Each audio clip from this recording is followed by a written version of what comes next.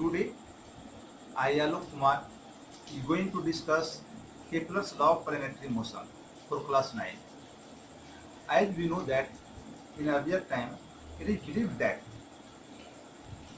all the planet and sun are revolving around the earth.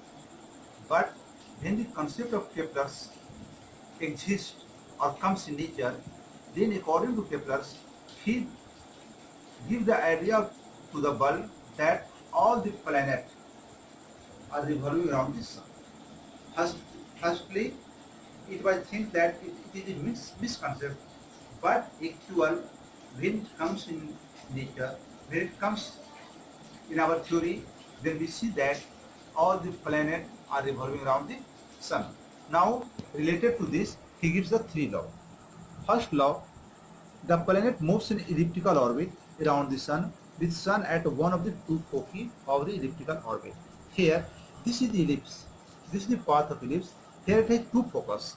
First focus is F1, second is F2, and this planet is revolving around the sun, where sun is present at one of the two foci.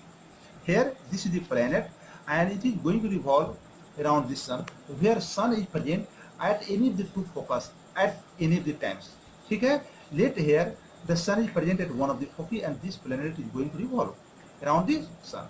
Now, as it comes nearer to the sun, then there is changing in the season to be discussed with the help of this. When it comes nearer to the sun, then it is just the season of summer, and when it goes farther away from here, then it is the comes rainy season. Now when it comes farthest from the sun, it comes winter season, and again a spring will come, and gradually a summer is going to be occur, and means that elliptical rotation in the elliptical orbit comes true, because changing of season can be discussed with the help of first law.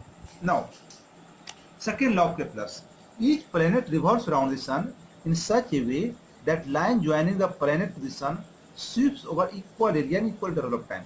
Now see, here these are the two foci F1 and F2, and this planet is going to revolve here from here A to B and from C to D.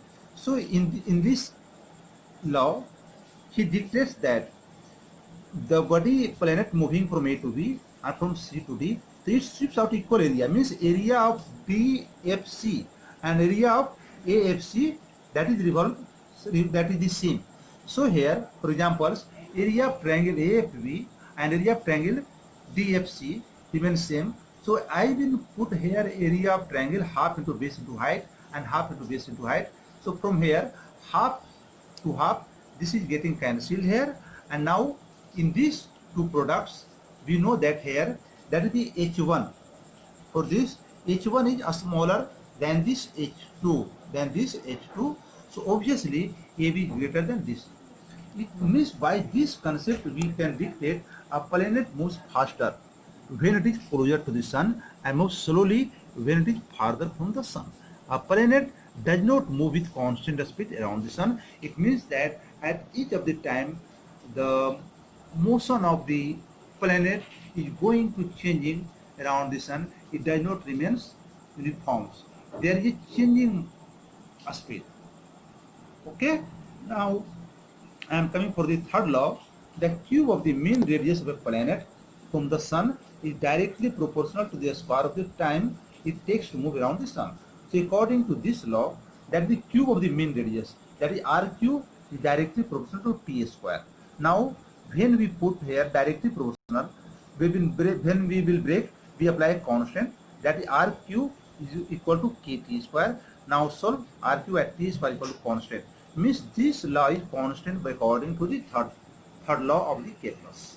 Now here, as the planet is revolving in the elliptical path, so here there are two foci F1 and F2, and at any time there is a varying radius, because it is not the same radius. So here we will take the mean radius here, R1 and R2. So R here, that is R1 plus R2 at t by 2, and t equal to time taken by planet to move from A to B. That is the cause of motion of planets is the gravitational force which the sun exerts on them. It means that